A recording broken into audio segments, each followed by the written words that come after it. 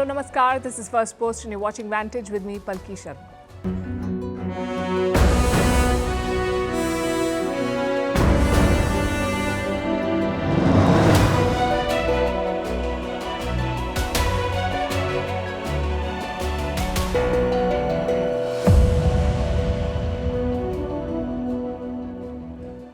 China has a new adversary. It's called the Squad, a group of countries led by the US to counter China. But you already have the Quad and the AUKUS for that. So is this just another addition to the alphabet soup of alliances? How will the Squad deter China? And how is Beijing responding? We'll tell you all about it. Meanwhile, Apple has been bit by falling sales and revenue. They blame legal issues and Huawei for it. But could it also be the lack of innovation? We'll discuss that. In West Asia, a new clash. Turkey snaps trade ties with Israel. Israel calls Erdogan a dictator. In Russia, Putin is celebrating reverse migration. Hundreds of thousands of people who'd fled the war have returned home and it's helping their economy. In Pakistan, the government plans to block your phone SIM card if you don't pay taxes. Not making this up. In the US, over 2,000 people arrested in campus protests. Apparently, most of them are not students. In South Korea, companies will be punished for shrinkflation, meaning selling smaller size of a product for the same price. In India, decoding Rahul Gandhi's decision to contest from Raebareli. In Japan, a bizarre food trend. Armpit rice. That's rice balls made with human sweat from the armpits. No words. And how to make anger work for you. Try it over the weekend. Let us know if it helps. The headlines first. Russian soldiers deployed to an airbase in Niger that also houses American troops. It comes after Niger's junta decided to expel the American forces. Washington pulling out of Niger is a big regional gain for Moscow, which has ramped up its focus on Africa. Trouble mounts for UK's Prime Minister Rishi Sunak. His Conservative Party suffers a major setback in the local elections. The opposition Labour Party wins seats it hasn't held for decades. The results are being seen as a test of public opinion before the general election later this year. Nepal faces widespread internet outages affecting millions of people. The disruptions are due to payments not made to Indian companies. Broadband providers owe more than $20 million to vendors in India. Nepal has over 10 million subscribers to private internet companies. Germany and Czech Republic accuse Russia of multiple cyber attacks. European Union condemns it, warning of a response. Moscow denies the allegations. Recently, EU countries like Poland, Lithuania, Slovakia and Sweden have all been victims of cyber attacks. And Italy bans puppy yoga classes, claims it is too stressful for the animals. The Italian Health Ministry says only adult dogs should be used in animal-assisted therapy.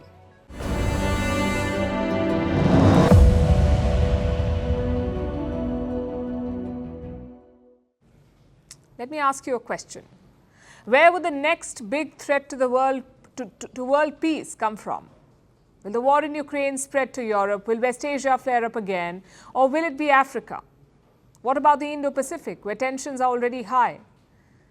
Earlier this week, there was a significant escalation.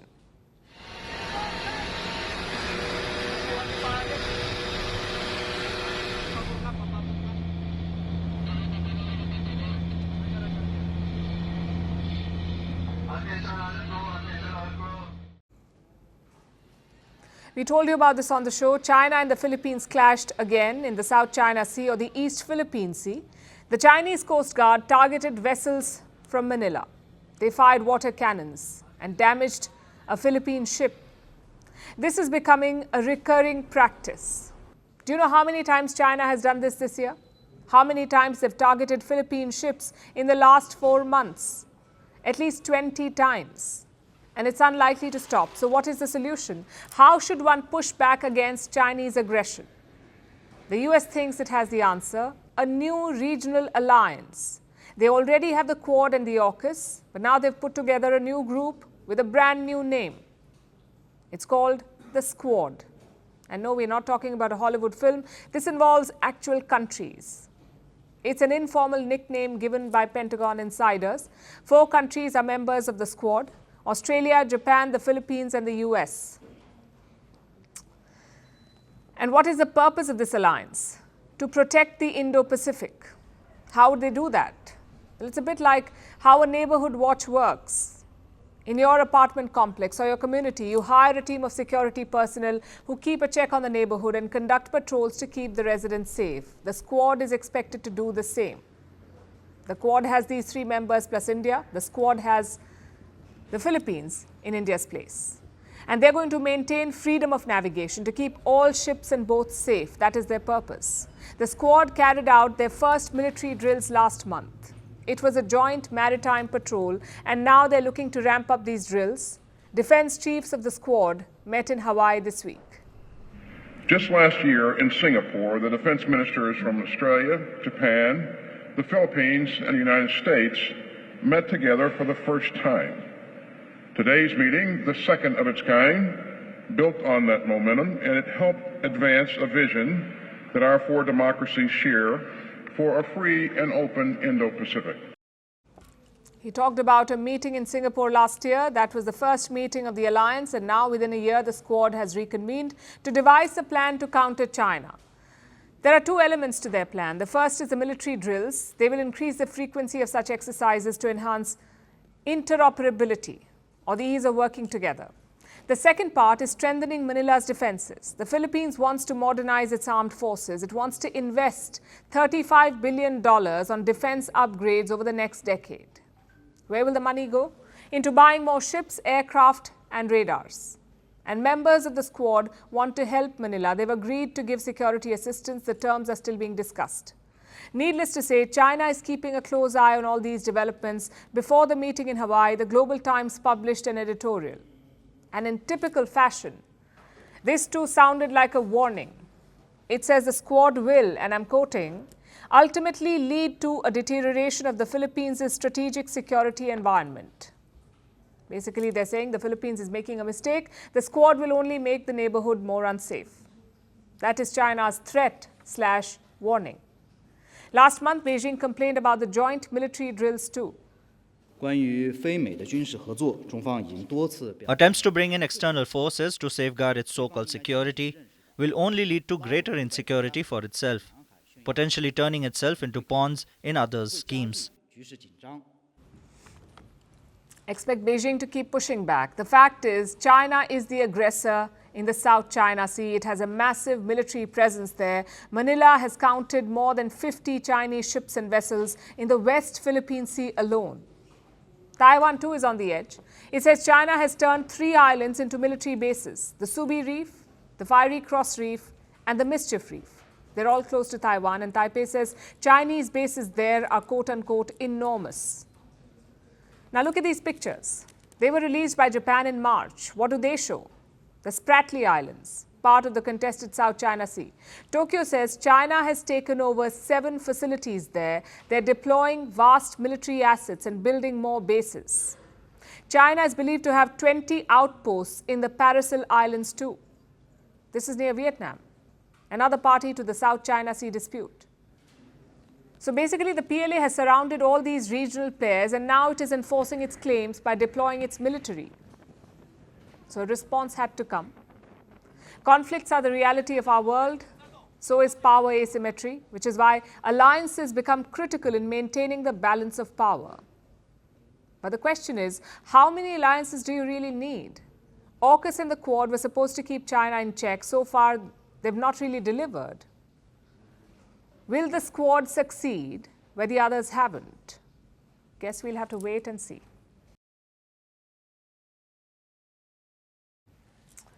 It's hard to become number one, but you know what's tougher? Staying at number one. Just ask Apple. They dominated the tech industry for more than a decade. Phones, tablets, laptops, you name it, Apple set the standard. But now the company is struggling. Look at their latest revenue report. From January to March, Apple made $90.8 billion. That's revenue, not profits, $90.8 billion. It was 4% down compared to last year. Most of their products are not selling. iPhone sales are down by 10%. iPad sales have fallen by 17%. And wearable sales are down by 10%. So only 2 bright spots remain. That's services like Apple TV and Apple Music, and their computer, Mac. Everything else is stalling. Do you know what's worse? The global market is not that bad. Globally, smartphone shipments are up by 10%, but iPhone sales are down 10%. So clearly, it's not an industry problem, it's an Apple problem. But why is it happening? A couple of reasons. The first is the slowdown in China. iPhone sales dropped around 8% in China, mostly because of competition. Huawei is eating into Apple's market. Huawei profits surged 560% in the same period, 560%. Another reason is legal troubles. Apple is facing antitrust lawsuits in two key markets, that is Europe and the US. The European Union fined Apple around $2 billion. The US is accusing them of monopolizing the market, and both cases have dented Apple's books. The company says they will turn things around. They have a special event slated for next week. A new iPad is going to be launched, plus the new iPhone will come out later this year. Rumor is it will have a lot of AI magic. If that's the case, maybe Apple can make a comeback. But their struggles do raise some important questions, like what does it take to lead an industry? How have other leaders fared? And what role do personalities play? Let's look at examples from the past. The phone market looked very different in the 1990s and 2000s. Nokia was the industry leader. Their peak was around 2008. They made up almost 39% of all mobile phone sales. Samsung was at second place. Now cut to 2012. Samsung overtook Nokia.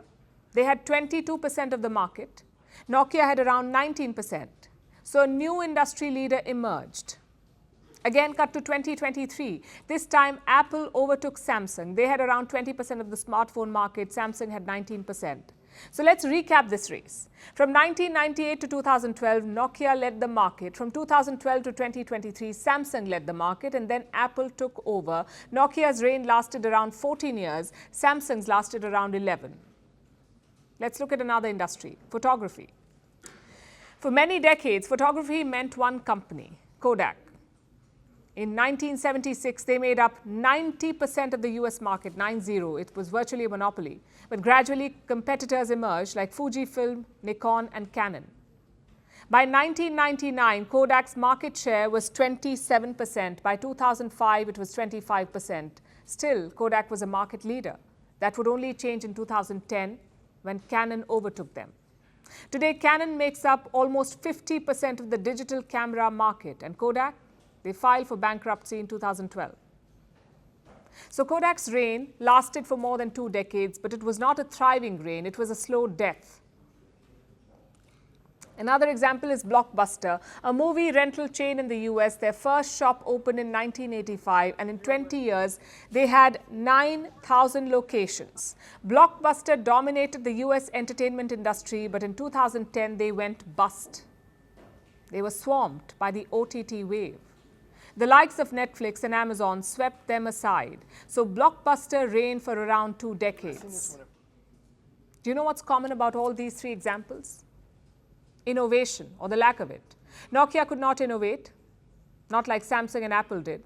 These companies brought touchscreens and high-quality cameras. So Nokia lost its crown. Kodak also could not innovate. While others moved to digital cameras, Kodak was still stuck with films.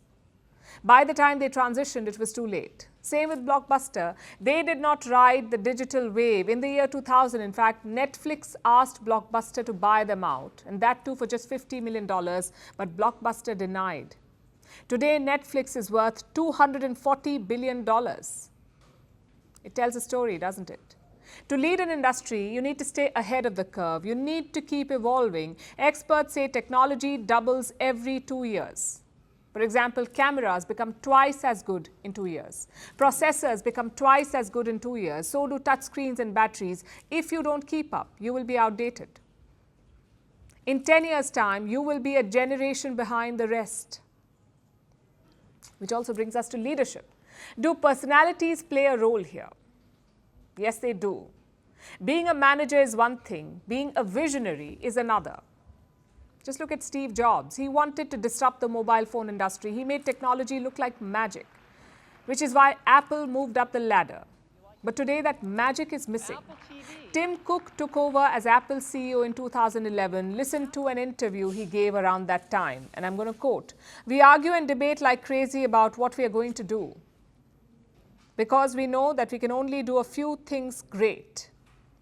That means not doing a bunch of things that would be really good and really fun. There are two ways of looking at it. First, Tim Cook is a steady hand. He has looked after the bottom line. He's expanded to new markets. He's also kept shareholders happy, which is all true. But at what cost? He himself said that Apple is not doing a bunch of things that would be really good. Is that trade-off affecting Apple? Perhaps it is. And it also tells you why leadership matters, because leaders give you direction. They decide what the company will focus on, consolidation or innovation. Apple reached the top by innovating. Their focus on consolidation could be their downfall.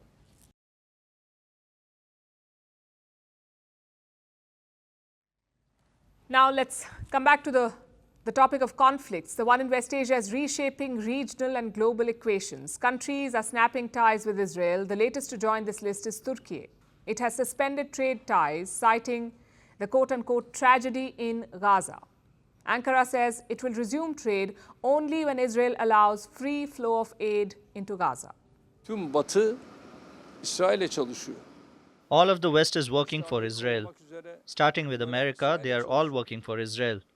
All these means are being mobilized to unfortunately condemn the waifs and strays, poor and have-not people of Palestine to death in the face of Israel's bombs. We could not have remained patient in the face of these, so we took our steps. There was a trade volume of $9.5 billion between us. We closed this door, pretending this trade volume does not exist. May it go well from now on. Ve adımlarımızı attık. Israel was quick to fire back. Leading the charge was their foreign minister, who compared Erdogan to a dictator. It sounds like a dramatic escalation, but they would be used to it by now. Because Turkey and Israel have a complicated relationship. They blow hot and cold. In 2010, Turkey broke diplomatic ties with Israel. In 2016, relations improved, but it did not last. In 2018, they expelled each other's diplomats over the killing of Palestinians. In 2022, things looked up again. When the Turkish economy was struggling, Erdogan needed a boost, so he hosted Israel's president, also Israel's then Prime Minister, Yair Lapid. So the two countries were warming up to each other. As a result, trade improved. Between 2018 and 2022, Turkish exports to Israel doubled. In 2023, bilateral trade was worth $7 billion. Turkey was Israel's 13th biggest export market. Israel was Ankara's 5th biggest source of imports, so things were going well. Then came October 7th. Hamas attacked Israel. West Asia plunged into war. In the early days, Erdogan was more measured. He urged restraint. He offered to mediate. Turkey had ties with Hamas. They also had a relationship with Israel, so Erdogan thought he was the best suited to play peacemaker. He pushed for a political solution to the crisis. But then his tone changed.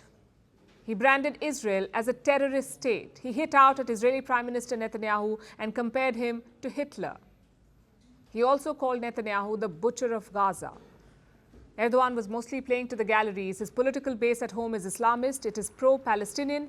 So when the death toll in Gaza rose, he had to speak out. But most of it was rhetoric. It did not really lead to any change on the ground. Diplomatic relations remained intact and trade continued between the two countries. Then came the local elections in March in Turkey.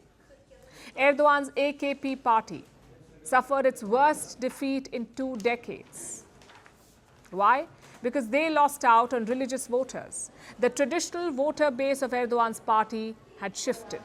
They voted for the Islamist New Welfare Party, a party that has called for harsh measures against Israel. Of course, this defeat was a setback for Erdogan. He was trying to balance domestic politics with international relations. The outcome was far from ideal. So he's changed tack now and made a complete U-turn. Last month, Erdogan imposed trade restrictions on Israel. Export of 54 products was restricted. And this month, Turkey has joined South Africa's genocide case against Israel at the ICJ, the International Court of Justice. In accordance with the political decision taken, I would like to announce here for the first time that we, as Turkey, have decided to formally intervene in the legal case filed by South Africa against Israel at the International Court of Justice. And And now a complete breakdown of trade ties. It tells you about Erdogan's strategy. When the war broke out, he eyed a bigger role in West Asia, the role of a peacemaker and a regional leader. It did not work out for him. He fell off that diplomatic tightrope. So now he is opting for the other road. And he's not the only one doing this. More and more countries are cutting ties with Israel for different reasons. Colombia did it today. It ended all diplomatic relations with Israel. Bolivia has done the same. Other countries have not gone as far as severing ties, but they've withdrawn diplomats, like South Africa, Bahrain, Chile, Honduras, and Jordan. When Hamas attacked Israel, the world was on their side. They condemned the attack and pledged solidarity with Israel. But over 200 days later, the sentiment has clearly shifted, and Israel finds itself more and more isolated in the world.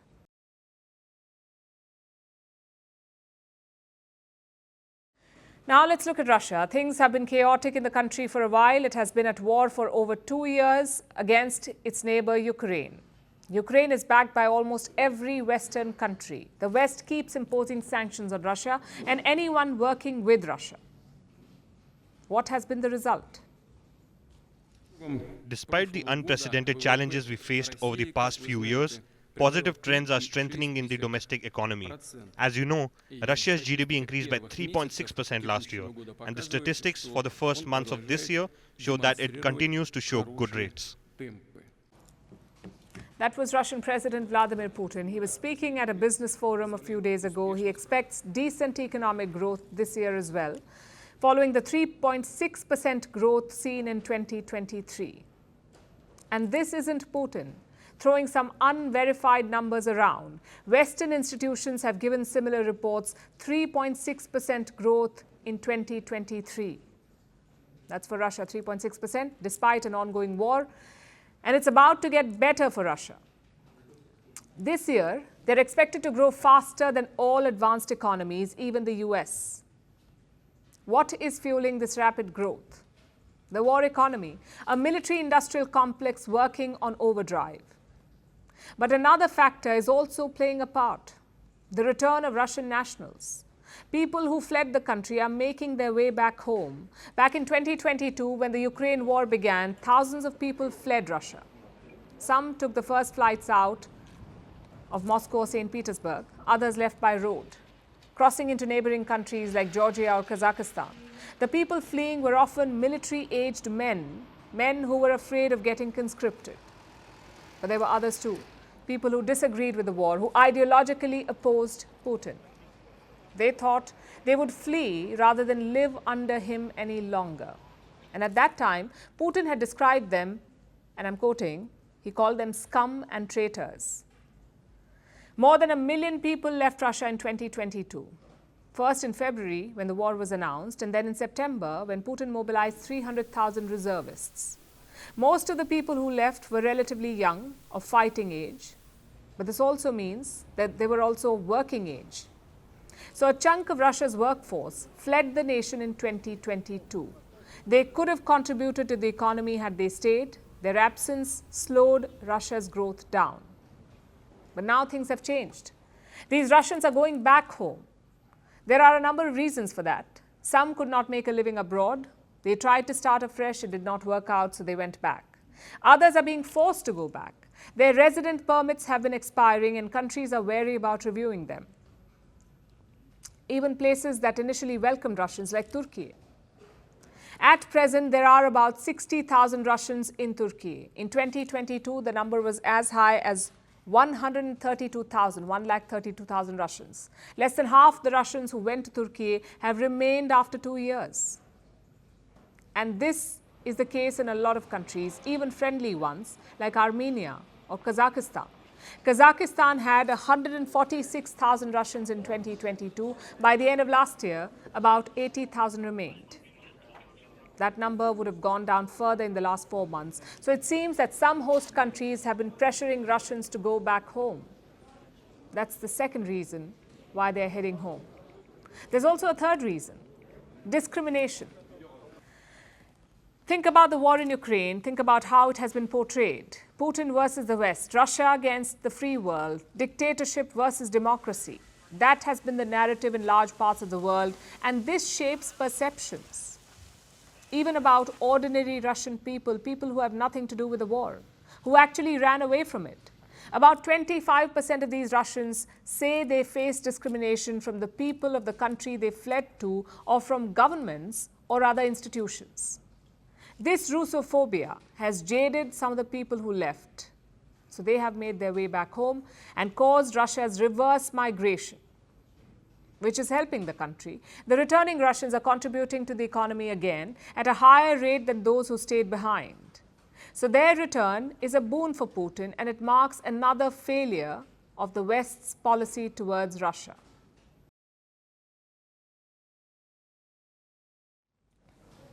Now let's look at Pakistan. India's noisy neighbor is making headlines again. It's about a financial matter, not your usual loan or default news. This time it's actually something unique. Pakistan has issued an ultimatum to about 500,000 tax defaulters in the country. They have been told to pay up or their mobile SIM cards will be deactivated. Now this is a new strategy. Clear your dues or lose calling privileges. Considering how essential phones have become, the tactic may actually work. But is it really the way to go about tax collection? Our next report has the details. Islamabad has come up with an innovative solution to address its financial problems. Much like a broke mobster who can't afford bullets, Pakistan is coming up with creative ways to shake down the public.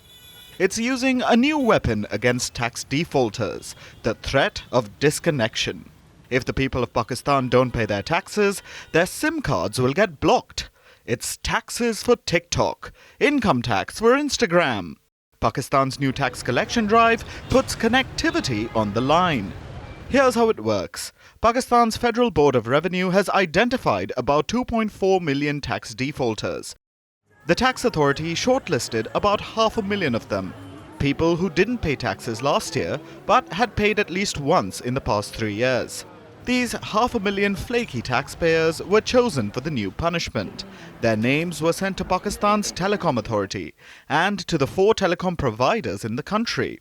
The telecom providers have been handed instructions. They are to disconnect SIM cards that belong to the defaulters. They need to do this by the 15th of May. Now, this isn't permanent. If the defaulters pay their taxes, their SIMs will start working again. It may take a few days, but every week the telecom operators will receive a list of the people who have cleared their dues, and the operators can restore their connections. That is how the new collection drive will work if it gets off the ground.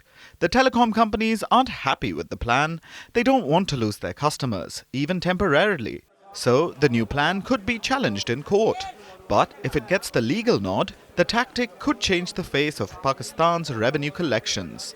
Because threats like this work in the country.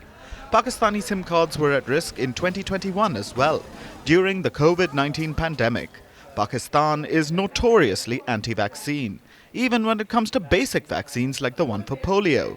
Many in Pakistan refused to take the COVID jab when it came out. So states like Punjab and Sindh threatened anti-vaxxers with disconnection. The plan worked. Pakistan's vaccine rate got a shot in the arm. People didn't care about COVID, but they didn't want to lose their calling services.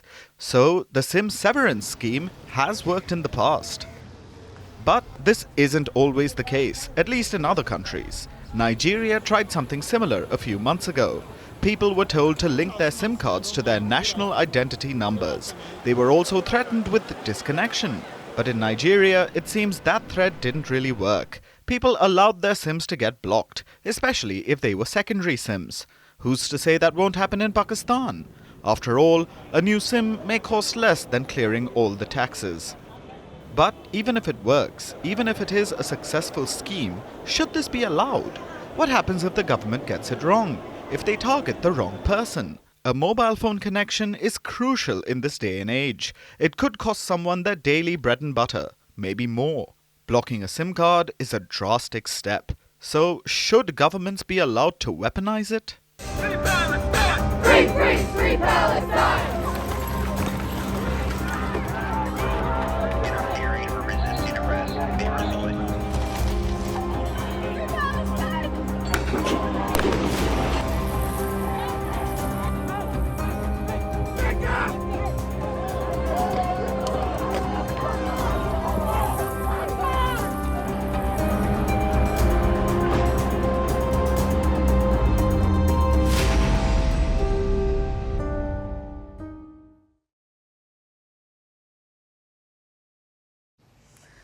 That was the University of California. Police entered the campus on Thursday. They cleared out most of the protesters. We showed you the pictures yesterday. A lot of flashbangs, tear gas and batons. So now the focus is on the police action. Was it excessive? And did it lead to any injuries? We're hearing conflicting reports. The protesters say they were beaten up by the cops, but the police say it was a minor pushback. I was on the front lines. I was, the cops hit me with their batons and they grabbed me. I did not resist arrest, but they grabbed me and I said, okay, at this point, the bets are off. The school rather physically intimidate their students, eventually hurt their students, rather than even consider divestment. We consider it a successful, incident. We didn't see no injuries on both ends. Our officers were able to remove the agitators. We're still working on a few agitators that are still on campus. However, we are making progress.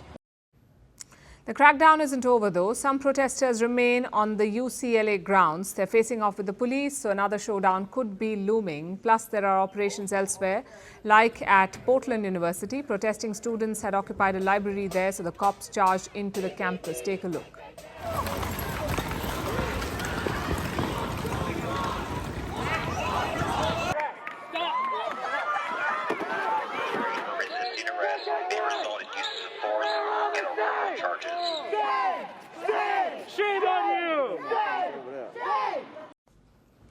Many colleges have done the same. They've asked local police to clear the protesters. Around 2,200 arrests have been made so far. 2,200 arrests. But are all of them students? According to the police, no. They say 29% of those arrested at Columbia were not from that college. At the City College of New York, it was 60%, 60. So where did these people come from? The police haven't said yet. Neither has the mayor of New York. He said this week that outside actors were involved, but he won't say who those actors are. Are they students from other colleges? Are they political groups? Or is there something bigger at play? There is simply no clarity. But you won't see such scenes in the Arab world. There are dozens of colleges in countries like Lebanon, Saudi Arabia, the UAE and Egypt. Why are students not protesting there? Out of fear. Their regimes are pro-Palestine, but they frown upon protests. Most Gulf states have banned public demonstrations. You need the regime's permission to protest. Plus, being arrested in Saudi Arabia is not like being arrested in New York. The consequences are very different. So you'll see a lot of anger on Arab social media, but very few college protests. Elsewhere, that's not the case, though. Look at the scenes in Australia. Students at the University of Sydney are protesting. They, too, have set up tents. Same scenes in Mexico. Pro-Palestine students have set up tents in the capital. They're showing solidarity with their American peers. And in France, things got physical. Students at Sciences Po occupied the college building, so riot cops were called in. Take a look.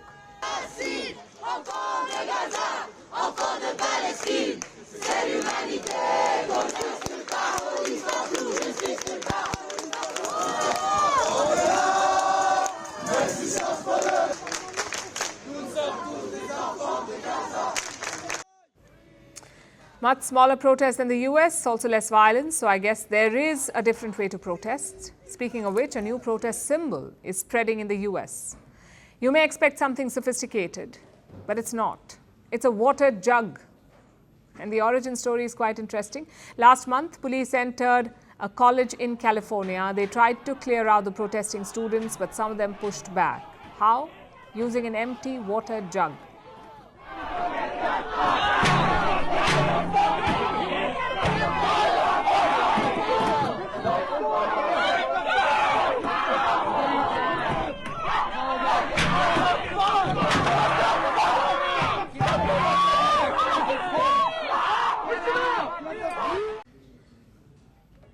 Since then, it has gone viral. Students are carrying up empty water jugs to protest. They're making songs and memes about it. I know it all sounds very funny, but the situation is still tense.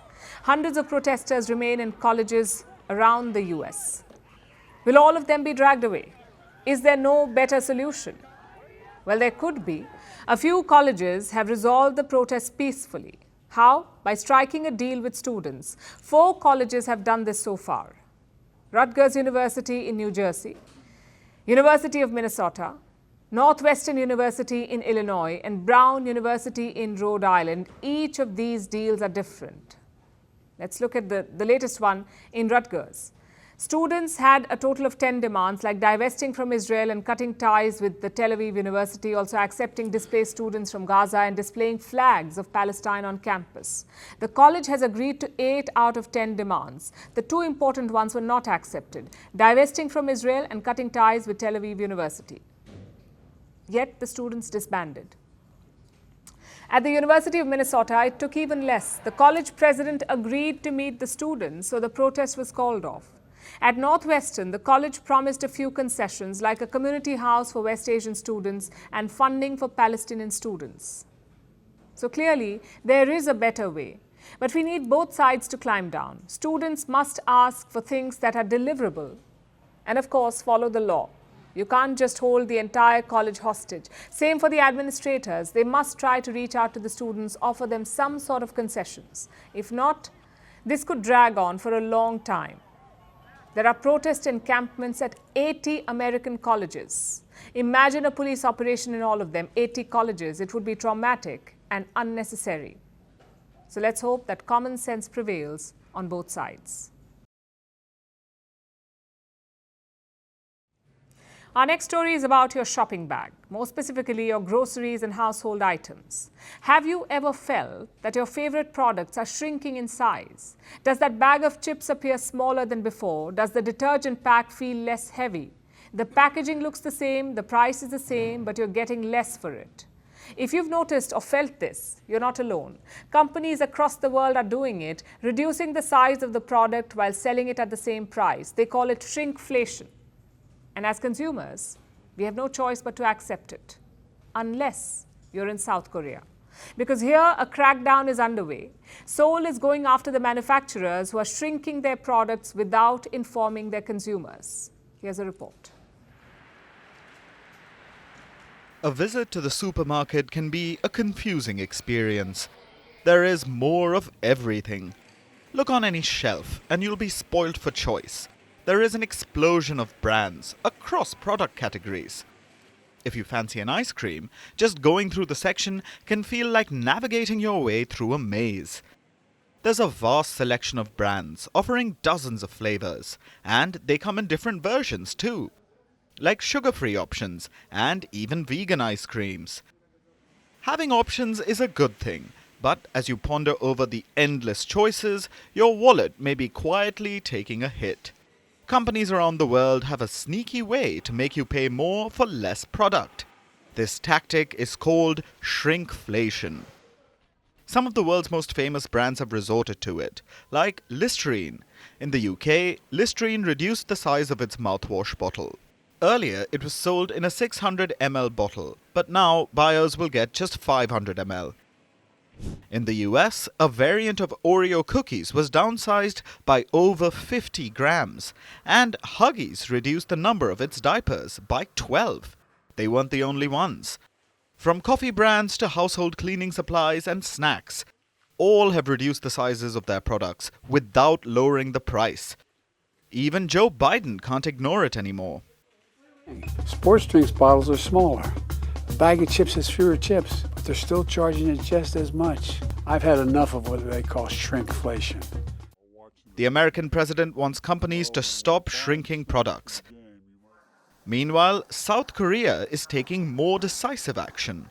Seoul has made some new rules. They want companies to tell shoppers if they reduce the size of their products. If they don't comply, they'll be forced to pay a fine. How much is the penalty? 10 million won, or around $7,300. These orders have been issued by the Fair Trade Commission. This is South Korea's antitrust regulator. They say shrinkflation is unfair to consumers. Their instructions to manufacturers are specific and strict. If they reduce the size of a product, they'll have to put a label on it for at least 3 months. The label should clearly mention the changes in size or weight. France is adopting similar rules as well. Last month, the French Finance Ministry issued guidelines. If a seller cuts the size of a product without reducing the price, they'll have to declare it. Again, retailers have been asked to stick a label on the product for 2 months. The new rules will kick in from July. Shrinkflation is frustrating for consumers, especially now when inflation continues to erode savings across many parts of the world. The last thing anyone needs is to feel cheated at the grocery store.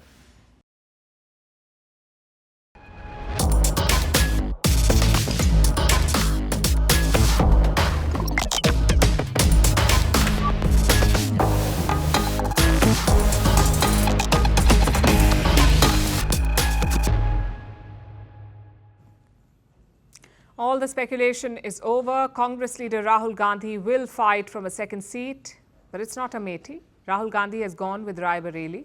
Now, both these seats are symbolic. They're located in the state of Uttar Pradesh and they have long-standing ties to the Gandhi family. So the assumption was that both siblings would fight. Priyanka Gandhi from Rai Bareli, Rahul Gandhi from Amethi. But the Congress had other plans.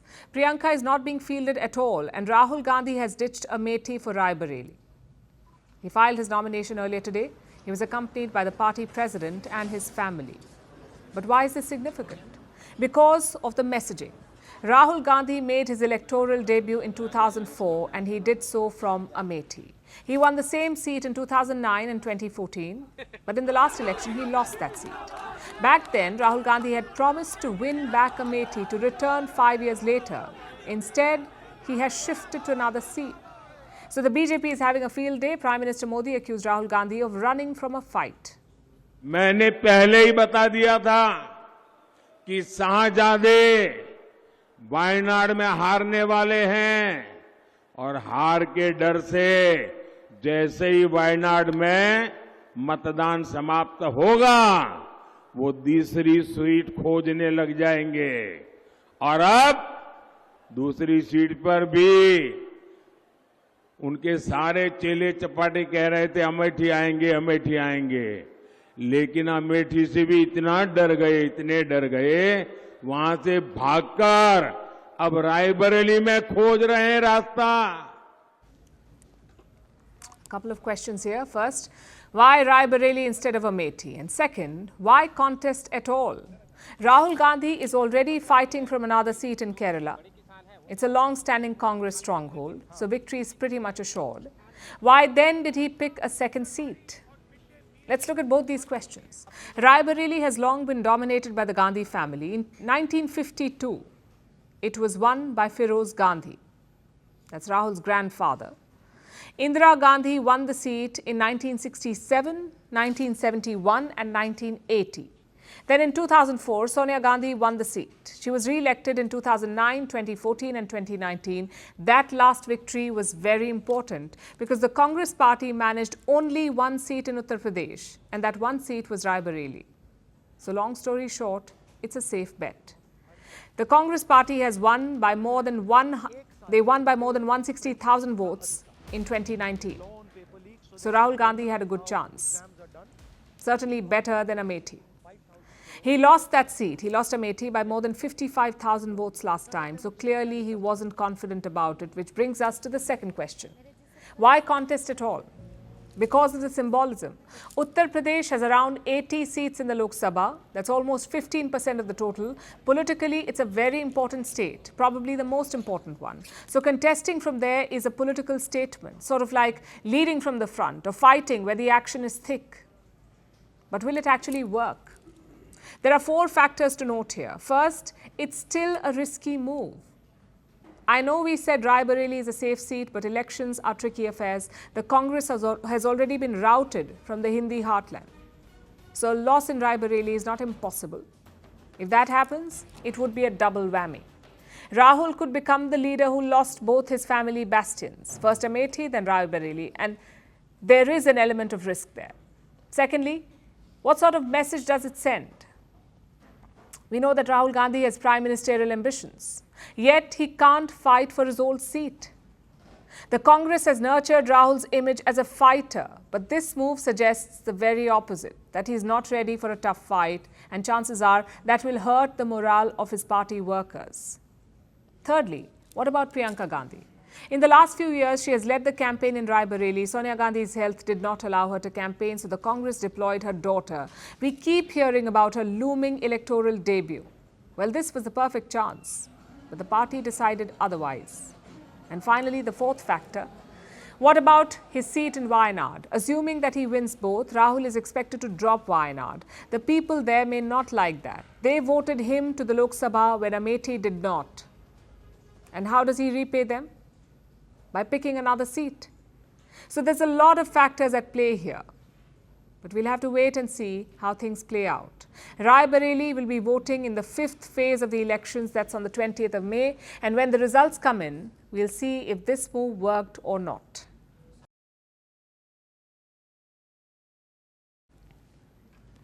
Have you heard of Onigiri? It's a Japanese snack, almost 100 years old. But the country is giving it a new twist. It's adding a secret ingredient, human sweat. You heard that right.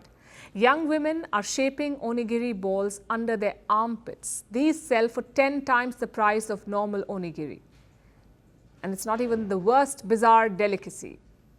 There are far worse ones. I know it is dinner time for many of our viewers, so maybe put down that plate for this next story. And trust me, you'll thank us later. Onigiri. It's a Japanese staple. You take some sort of meat and vegetables, shape rice around it, and then that's wrapped in seaweed. All of this is done by hand. The dish is portable, easy to eat, and the Japanese love it. But the beloved Japanese dish is getting a new twist. A secret sauce, if you could say so. Human sweat. You heard that right. Maybe Japan decided the dish needed some umami. So, they're utilizing the natural umami essence of sweat glands. The dish is being prepared by young women. They use their armpits to roll the balls. First, they are completely disinfected. Then, these women exercise. This is to produce the sweat, the master ingredient. And finally, they get down to rolling the balls. They use their armpits instead of their palms. The finished product is apparently a delicacy. It sells for ridiculous prices, almost 10 times that of a normal onigiri. Of course, the reactions have been quite mixed. One diner said it tasted no different, but others have some questions. Why it was needed in the first place? Plus, what about hygiene? What if the person making it was sick? Will you follow after eating it then? But sweat isn't even remotely the worst thing in food. There have been far worse. Take tongsul, for example. It's a Korean rice wine. But here's the catch. Apparently, he uses the feces of a human child to ferment the wine. If you are already grossed it, trust me, there's more. In China, they have something called virgin boy eggs. It's a traditional dish of dongyang. How's it made? To make this dish, you need eggs and urine. Yes, urine. The eggs are boiled in the urine of young boys, preferably under the age of 10. Thus the name, virgin boy eggs. And it's not all just savory treats. There are some sweet ones too. Like this bizarre flavor of ice cream in London. It was all the rage, and even sold out in days. It was breast milk ice cream.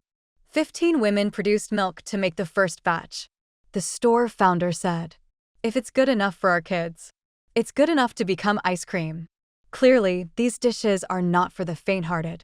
It's one thing to search for flavor in your food, but it's another if that flavor comes from the human body. Whether you're a staunch traditionalist or an adventurous Epicurean, one thing's for sure, you'll never look at food the same way again.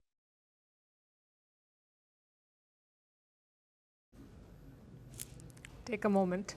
Our last story tonight is about an emotion. It occurs like a spark in your brain, almost like a flash of fire, and causes your blood to boil.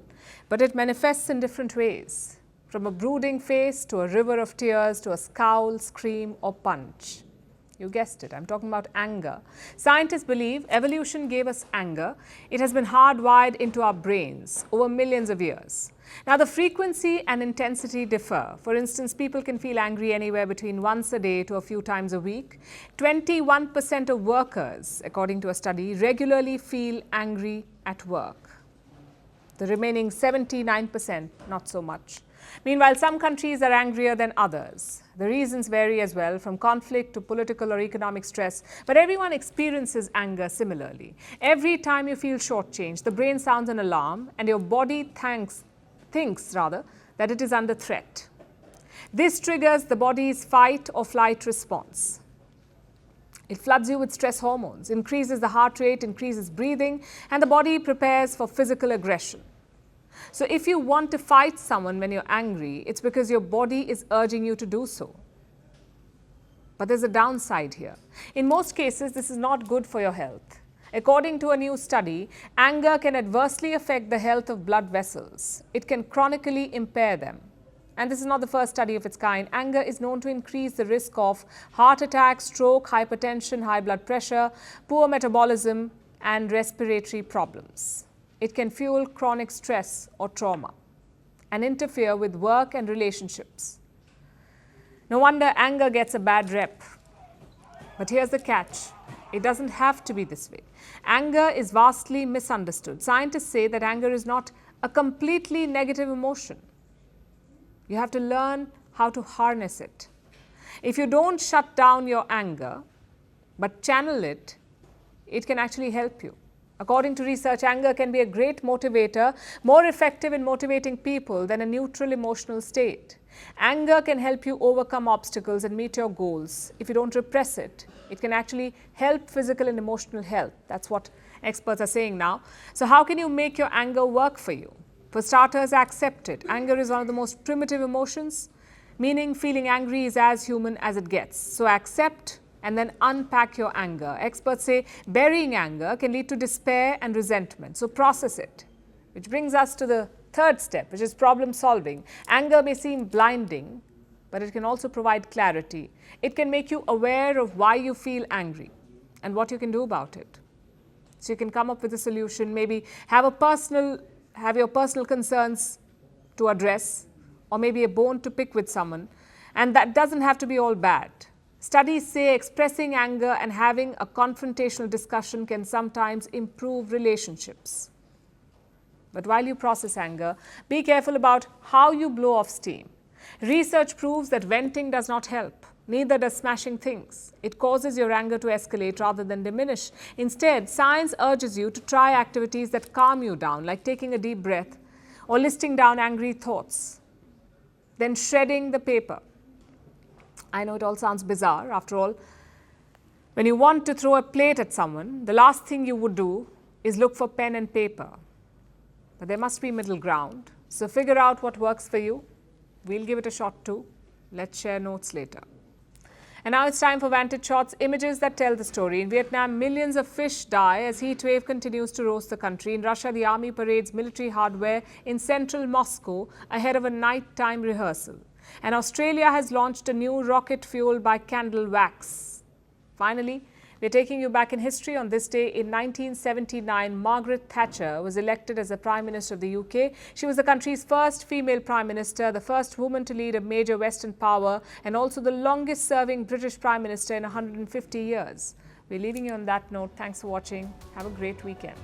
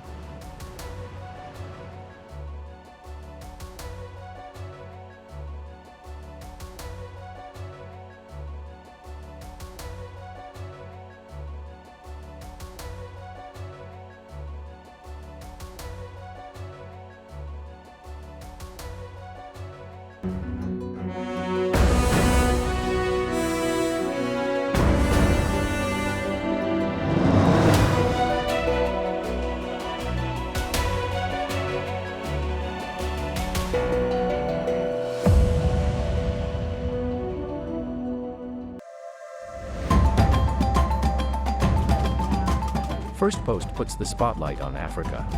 We report from across the continent, rewriting the narrative. Stories of hope and progress. Amid coups, conflicts, and climate crisis.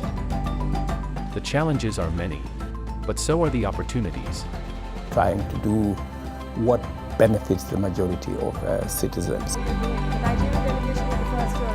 Tracking the world's second largest continent. Launching soon. Firstpost Africa.